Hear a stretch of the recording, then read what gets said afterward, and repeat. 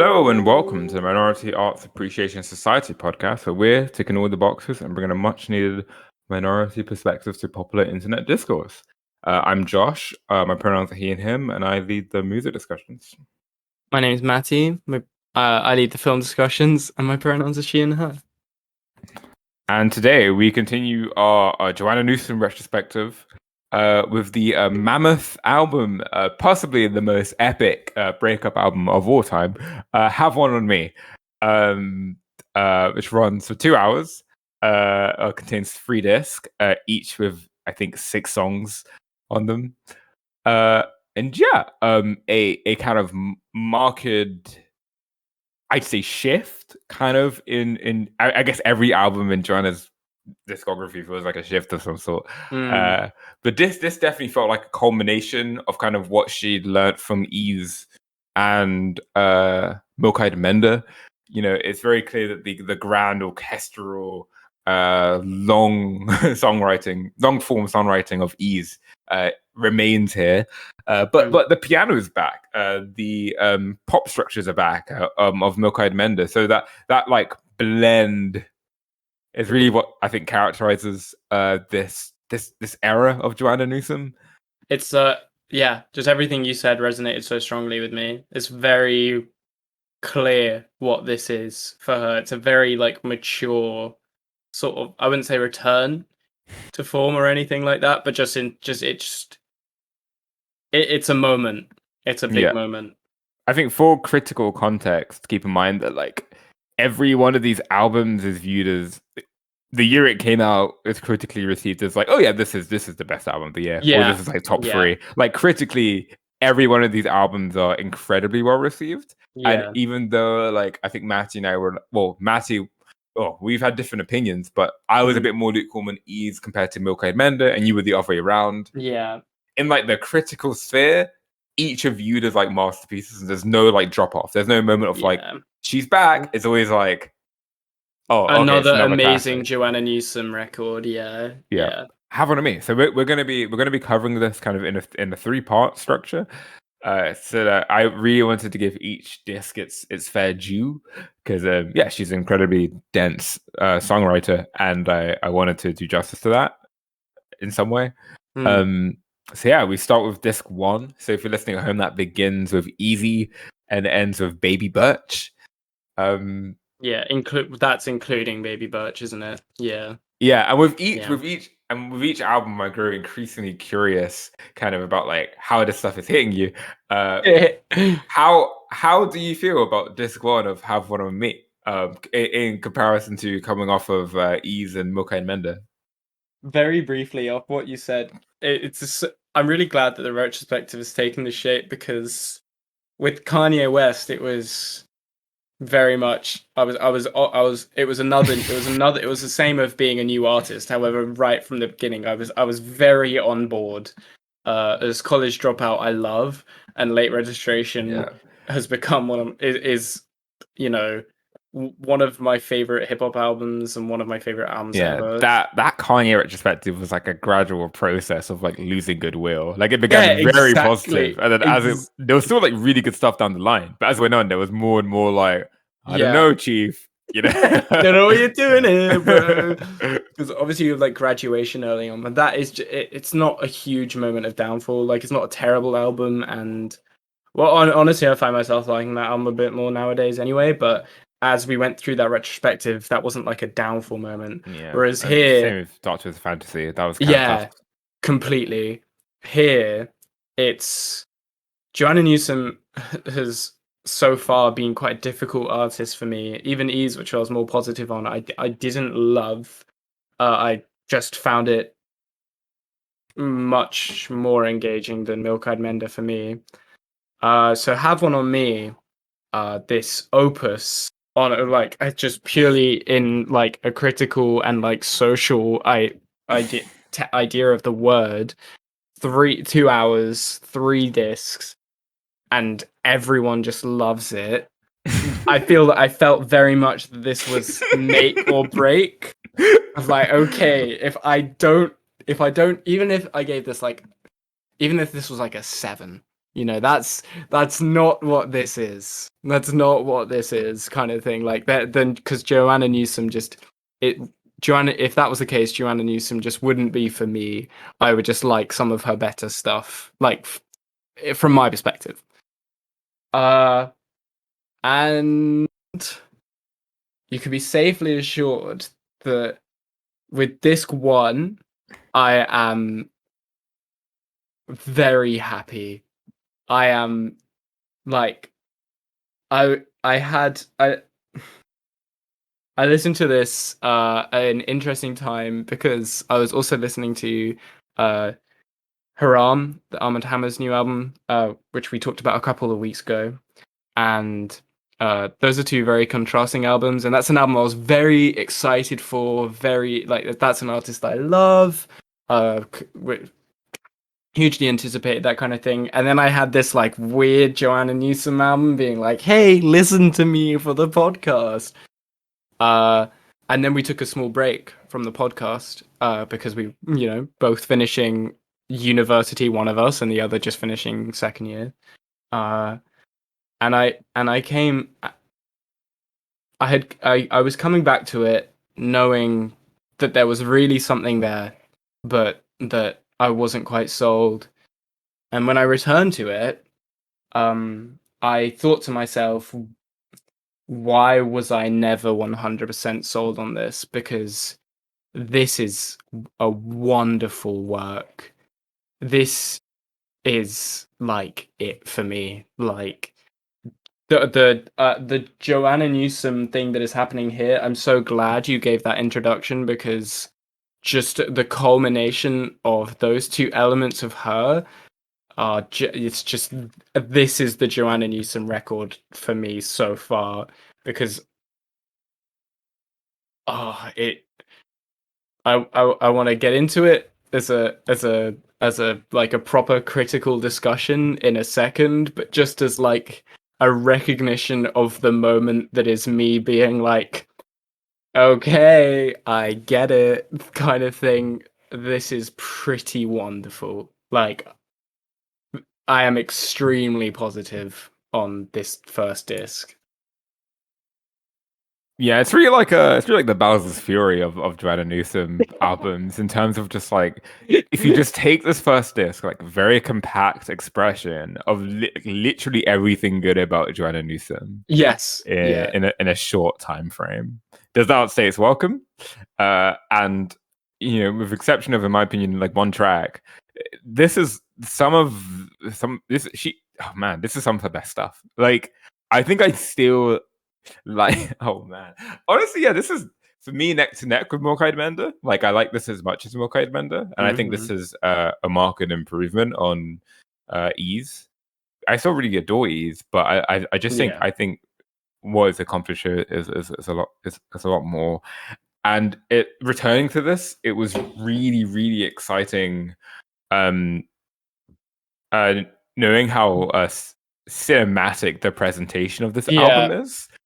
Um, the first track, I mean, we talked about this a lot with the last two albums, where I feel that with Newsom's lyricism, there's always this image of like an abyss that's waiting for you. It's inevitable demise, and all of her music's marked as sincerity. And it kind of felt like we were going to move away from that a bit with like the more direct storytelling of Have One of Me, which is there's lots of metaphor and symbolism here still, but it is a breakup album. Like it's more emotionally direct, like kind of by nature. And then the first track opens with this like tableau of her and her man laying in bed, easy, easy. And then what's beyond our bed? What is not said? No one knows what is coming. Who will harvest what we have sown? Like the abyss is still there, but now it's just like being brought into this context of like remembering a relationship that has failed after the fact, and like yeah, opening the album with Easy, which is like kind of like the pain of remembering like being happy in a relationship, knowing how it ends, yeah, and uh and how kind of self-abashed that can be. Like for me, the word easy, like describing a woman as easy, that isn't like a flattering term, No, right? And she no. herself like talks about how she wanted this album to feel very feminine and about like being a woman. Uh, Yeah. and this idea, and even the title "Have One of Me," she talks in interviews about that is like a self, almost like a self. You know, there is obviously the aspect of this album which is indulgence and opulence and decadence. Have One of Me, but also the self like flagellation of that. Mm. Uh, um, yeah, in this first song, you see it with you know, I was born to love, and I intend to love you, and I'm Yeah. your little life giver. I will give my love, like, and how it's a really beautiful, lovely sentiments. But like when you're looking back at like a relationship that you are sad about, you feel like an idiot, like being so Yeah. open and Yeah. easy, quote unquote. So I love that. Oof, man, what a great opening track. No, it was absolutely like it was easy was a real moment for me of just like, yep, okay. That was the song. I love kind of taking that image of a relationship as like, yeah, just simple, peaceful, and easy, and actually completely deconstructing that and like by or rather with a retrospective gaze, because it's purely like you said, the retrospection that ruins it. The fact that you are Mm, looking back on this thing, that you had found this way of existing that was so easy for yeah. such a time, and is now completely gone, and you might have learned something from it, and you might be a better, stronger person from it, but ultimately materially you have nothing from that. uh Yeah, that's a even really difficult thing for such a pleasant, mm, powerful sounding song. yeah, like there's so much like irony and subversion happening throughout this album. I feel like even with the image of a life giver, which is obviously like very like maternal, right? Yeah. Um, and that's even flipped around before the end of the song, where it's turned to her lover, "Come on, you little life giver, give me your life." Yeah. Which is like give your life is like marry me, right?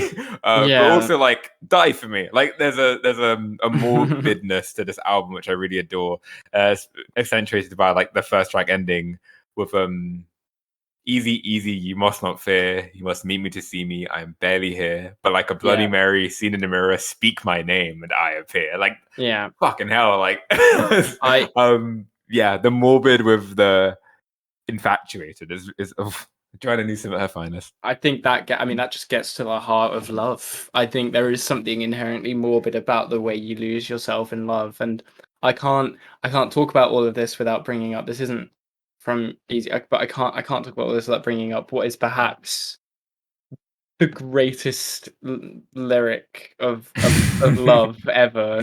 Genuinely, when I heard for the first time, I just I had a truly like just a connection. I felt like a connection with music on as a medium as a whole, just as a medium on a whole.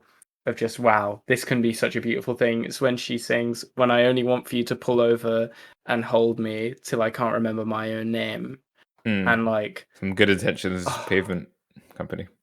yeah, exactly, yeah, Yeah, which, yeah. Break me. Yeah. Come on, yeah, Joanna. Make me just cry in the gym. destroy me. Let's Yeah, do no, this. it's so that the outpouring of love that lyric brings to your mind, like it's such a Mm, visceral image that you immediately can see when you hear that, versus that slight, that's there's such a slight introduction of like criticism with "till I can't remember my own name," and it's the fact that it's not mm, outrightly like yeah. boldly just being like, "Oh yeah, no, like I don't remember, you don't know who you are anymore, that's a bad thing." It's the fact that it's in that nuance that love is this morbid thing. It's this not knowing of like, where am I and where do I end, that is, from on one side of your soul, kind of disconcerting and worrying, but at the same time the rest of you doesn't give a fuck. And Yeah. it's beautiful. Yeah, I Like like. that's why it's such a beautiful lyric. Well, it's very it reminds me of like Bataille. Bataille writes about everyone exists in kind of like discontinuity, and through like death and sex, he's very Mm. edgy. We kind of become continuous beings. We dissipate into each other. We exceed our boundaries. That's why it's transgressing, right? That's why talking about Mm. sex is a transgression, and that line. To like can't remember my own name. I mean, to me, it feels deeply sexual. Like it Mm. kind of evokes a very good orgasm where you kind of Yeah. lose yourself, Animalistic. like Eminem. You lose yourself in the Yeah, music. it's. I mean and she described this album as being very. She wanted it to seem very earthly, like very both like in a literal sense, like food and Mm. wine and body and sensation, but also kind of like down to earth, right? And this idea of like, hey, pull the car over and hold me until I can't remember my own name. Like that's a very like almost like that's like something like Lana Del Rey would sing about, right? Like but obviously Mm. described in a much more like delicate and beautiful way. But I like you bringing out that in that sensuality is this like self-destruction, this losing, this disappearing, this diminishing of herself. And this is kind of like a theme, I think, as well throughout the album. Yeah, Yeah, like you look at absolutely. Have One of Me, which is for me like the centerpiece of this kind of disc. The image of this black spider that she's scared of and she can't leave the room. Which is, people with arachnophobia get that sometimes. And then the spider kind of evolves as a metaphor for kind of the memory of her lover who is kind of who she kind of turns into a little kid kind of remembering, right? Scared of a spider, can't leave the room. Mm. Yeah, it's I don't know. It's wonderfully dense. All of this, it's just wonderfully, wonderfully dense, and at the same time, it feels like there's no wrong way of seeing this. It feels like she leaves such to you, but there's also such an imprint of herself over all of her lyrics. Like I loved like simply just from Till I Can't Remember My Own Name, there's so much to dig in there. And I love that she navigates all of these different ideas of specifically being a woman. Yeah. Like, I really love this album for the image of womanhood that it presents. It's so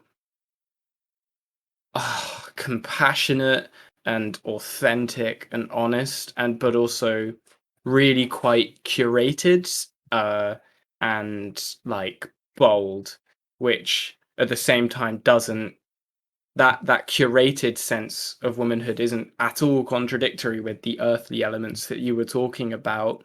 It's almost like this grand extension, this grand artistic, like ornamented, decorated thing that you can see in the album cover. It's so it's maximalism. It's like Yeah. this idea, this huge idea of yourself that you've like bolstered up. It's like in a way that so many women are kind of are pushed to be like they're pushed to be like these grand thinkers, Mm. artists, and like all such delicate beautiful things, and she is Mm. embracing all of that while also relinquishing it. With the cover especially, like um I think for me, this album is almost like the best expression of what Sofia Coppola tries to do in every one of her movies, which is kind of portray like very sad rich woman. Pretty much, that's every Sofia Coppola film. And I think that's what this album kind of goes for. Like, it's Yeah, there's a real honesty about look, Joanna's rich now. Like, yeah, yeah, she's a famous musician. Um, but the framing of opulence as something that I guess maybe carries them into Kanye, right? That she kind of loses herself in and kind of molds into like her feelings and kind of the turning the opulence into metaphor, the abundance yeah, you have of kind of female wealth. Like you have like the album cover, which to me what's striking, what I kind of see in it is it will be incredibly expensive to own everything on that album cover. It is a display Mm. of great wealth. But when I first saw it, I didn't even notice Joanna was in the cover. She Yeah, sort of disappears into the wealth. Like she looks like one part of the furniture almost, kind of completely. a dress, a beautiful dress, kind of among other luxurious items. And I think the kind of that feminine presentation of oneself as beauty, uh, and maybe disappearing into that is like the really sad image of have one on me, right? Yeah. Of kind of her as this like beautiful wine glass, and she in an interview describes it as have one on me, like she's pouring herself out for other people or for someone. And Yeah. with each glass of wine, there's less in the bottle, right? Like she diminishes herself. No, Um, absolutely. yeah. No, I'm so glad you brought that up, and just the fact that this album is so much about womanhood, because immediately when you first brought that up, I thought this is such a Western, but an especially American vision of womanhood. Even like the instrumentation, I think there's something so the like tenderness of the piano that she's brought back especially for this album, and Mm. then contrasted by how like emboldening the like bowed strings are. It's such a like I can feel that like just tenderness mixed with like the go-getterness that women are like American women are kind of characterized as. Mm. Uh and like you can see that in her on the album cover. Like when you do examine her, she looks confident and she's like dressed up, but yeah, she's kind of lost herself Yeah. in that. So I while mean, this is about the headdress looks reminds you of kind of flapper fashion in no, the 20s, American uh, 20s. very much like flapper, honestly, like philosophy um like really Flapper comes to my tactics. flapper tact yo oh my god really comes to my mind with this album, that kind Mm. of expression of womanhood that was like facilitated by that period, um but it was only facilitated by like extreme decadence and like functioning uh, quite a lot in the way of the male gaze and things like that. And all of these flappers, a lot of the time they were incredibly economically privileged. Uh, at, but at the same time as like all of that negativity and the way that like feminine expression was being essentially regulated by like sort of developing capitalism, it's hard as a woman to not then look on those times where women were in some way able to express joy and like themselves and not like feel some small amount of joy for them. And Yeah. that's why it's brought to my mind so much with this album, because I feel like there is so much nuance going on here in Mm. her representations. Um, so yeah, I Even, I love even this. from like a less like class critical perspective, Mm. I think the wealth and femininity kind of rolls back to like a very like earthy, down to earth kind of like being a woman with money. And what does that entail? Hmm. And when you think of having money, you think of like partying, right? But here, like Opulence. 81, which is like maybe the party song, describes her as the person who organizes the party, invites everyone around, sets everything up, Yeah. does the labor, right? And there's the great line, meet me in the Garden of Eden, bring a friend. We're going to have ourselves a time. We're going to have a garden party. It's on me. No, sorry. It's my dime. Like this kind of almost like the maternal facet of Mm. it is like very Coppola of like being wealthy and organizing things. Yeah. You're still a woman. Yeah. You do woman's work. And And there's beauty in that, but there's also kind of a weight that kind of on mhm. the album because of that, I think. And like the way her vocals are kind of swooping up and down in this wonderfully sassy almost way on that song, which it's such a, like you brought up cinematic thing, and it's like such an evocative image, yeah, of like this dynamic, exuberant woman kind of carrying all of this along with her. And that's so there in the sound of this, but at the same time, there's just an inherent sadness there for her that is really present. Yeah. And a musical kind of motif at least in this first disc, which we kind of saw a bit in Ease with the song Sawdust and Diamonds, right? It's the Joanna Newsom's trick of like opening a verse and then kind of you deviate from the musical opening, right? Yeah. And then at this height of like being jubilant, kind of cut back to where you opened, which you see like Have One on Me, as the first verse kind of juts back in right at the end of that song. And same with like Good Intentions Paving Company, where you kind of it's this incredibly like sad, emotional, cathartic moment. Right after she says, "So I can't remember my own name." And if you watched there's a live performance of her doing this on YouTube. I may link in the show notes if I remember to do so. Well, after that line, you can kind of see her like gulp. It looks like she's holding back like emotions and tears, right? Yeah. And then the band just goes crazy with the amazing like outro that Good Intentions has. Yeah. And I wonder if that plays into kind of what I was saying about the labor of like putting on a show or like holding a garden party, pouring one out. It's on me kind of thing. Of like being a performer that is navigating heartbreak, like making an album about an incredibly like, emotionally devastating, painful experience, but you have to go and perform it in a concert, and people have to like dance to it and have a nice time. And the kind of whenever I watch like performances of Good Intentions Paving Company, it feels so strange because it's like verge of tears, time for a party with the amazing kind of like instrumental outro the song has. Wow. Which I wonder if that plays into kind of the theming of this album, of the opulence and the sadness. I mean, I would say absolutely it does. Absolutely. I don't think there's any holes in anything you just said. I think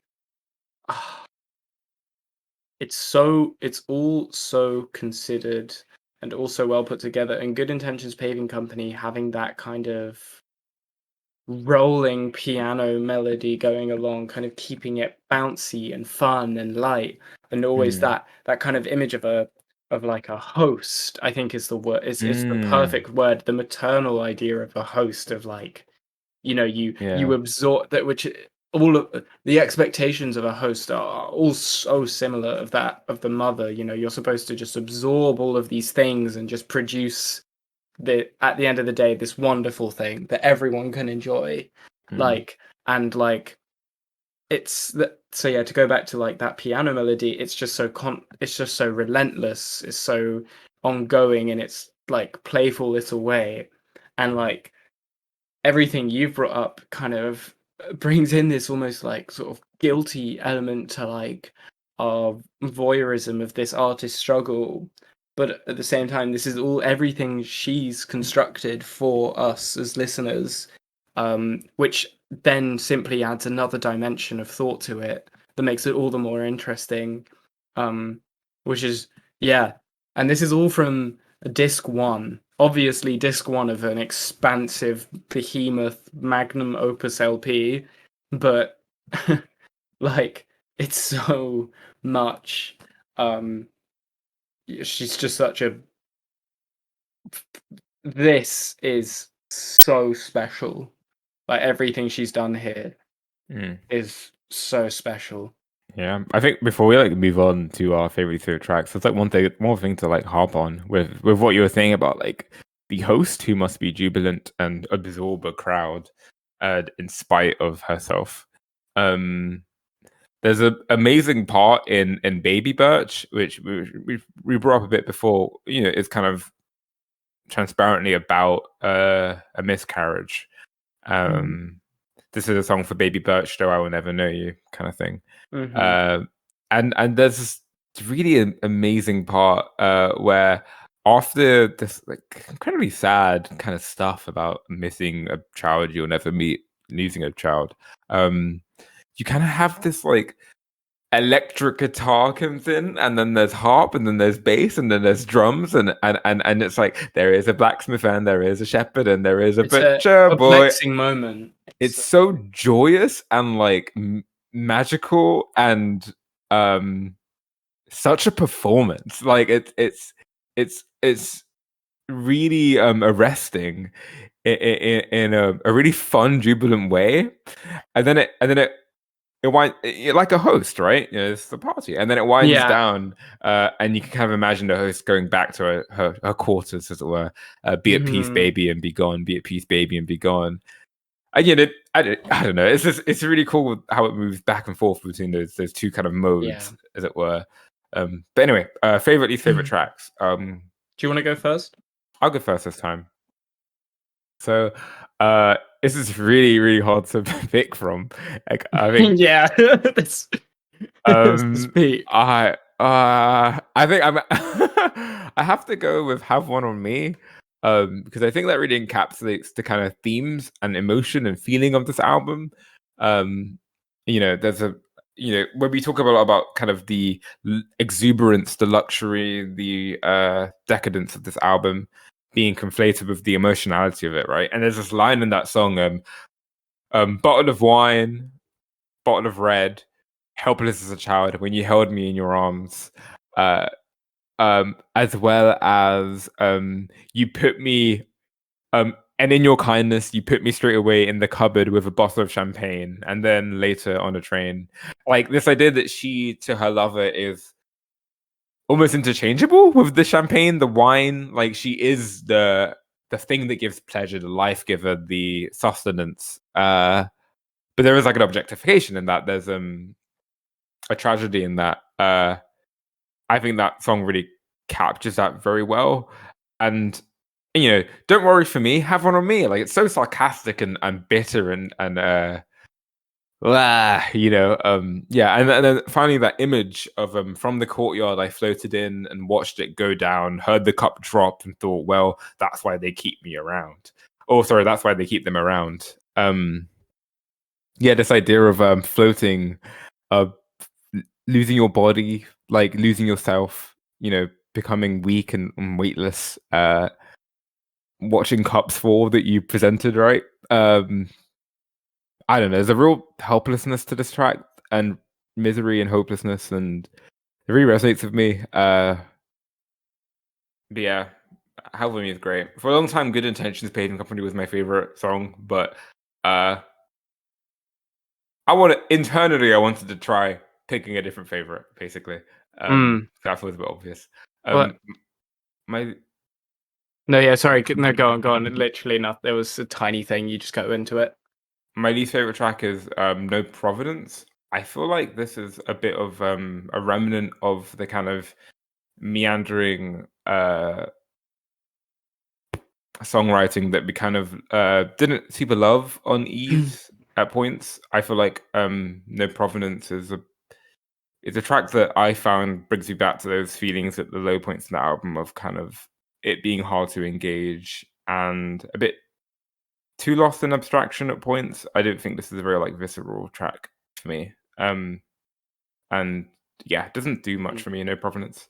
But overall, can I jump in because of course, to get negativity for this album out all in one go? Yeah, I agree. No Provenance is a leftover is a perfect way to put it. It just feels out of place on this album. It feels like from a time where she's always been talented, but just a time where she was less talented as she is on this album, I would say. Because there's so much less here for me to grapple onto, because while we've been talking a lot this episode about like all of her themes and her ideas, but I hope we've kind of shown how those are all inextricably connected with how her music sounds at every point. And this is a really like I find this song quite like hard to engage with, just even musically.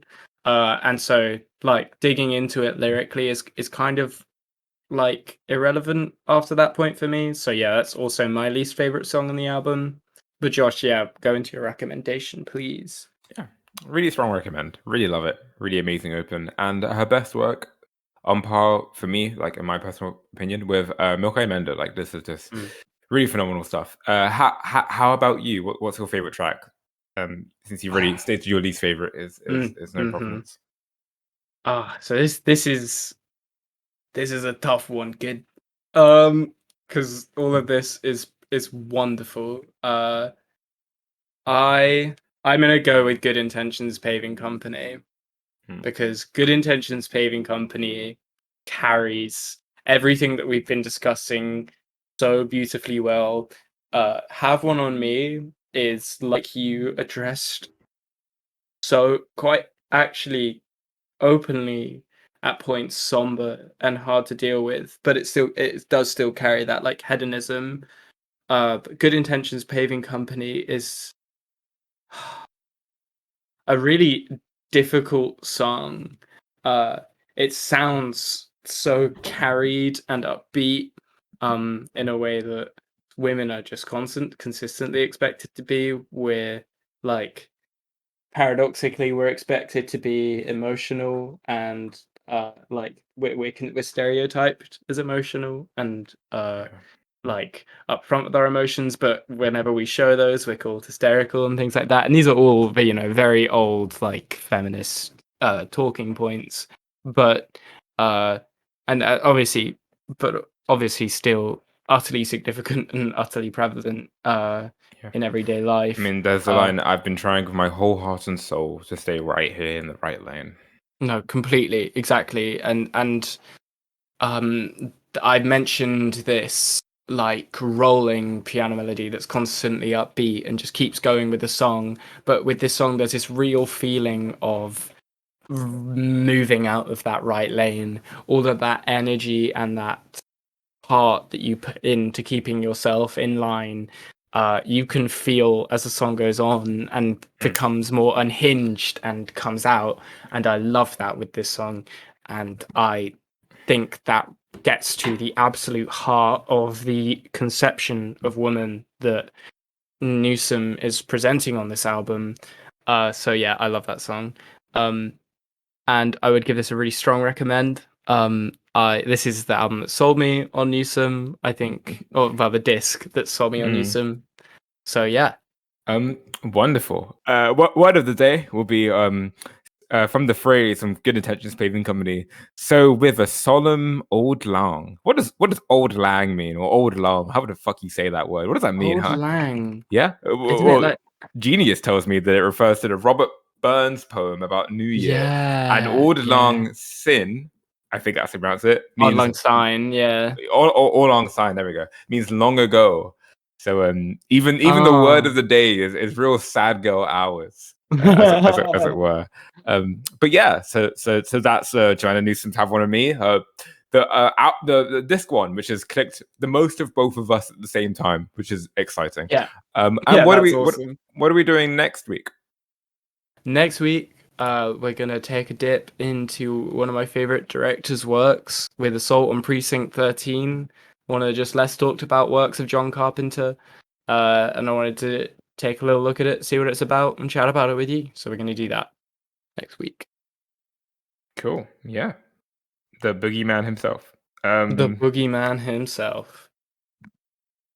Well, yeah, sweet. So thanks everyone for listening. Catch us next week with Assault on Precinct 13, 70s king of horror, next to Stephen King.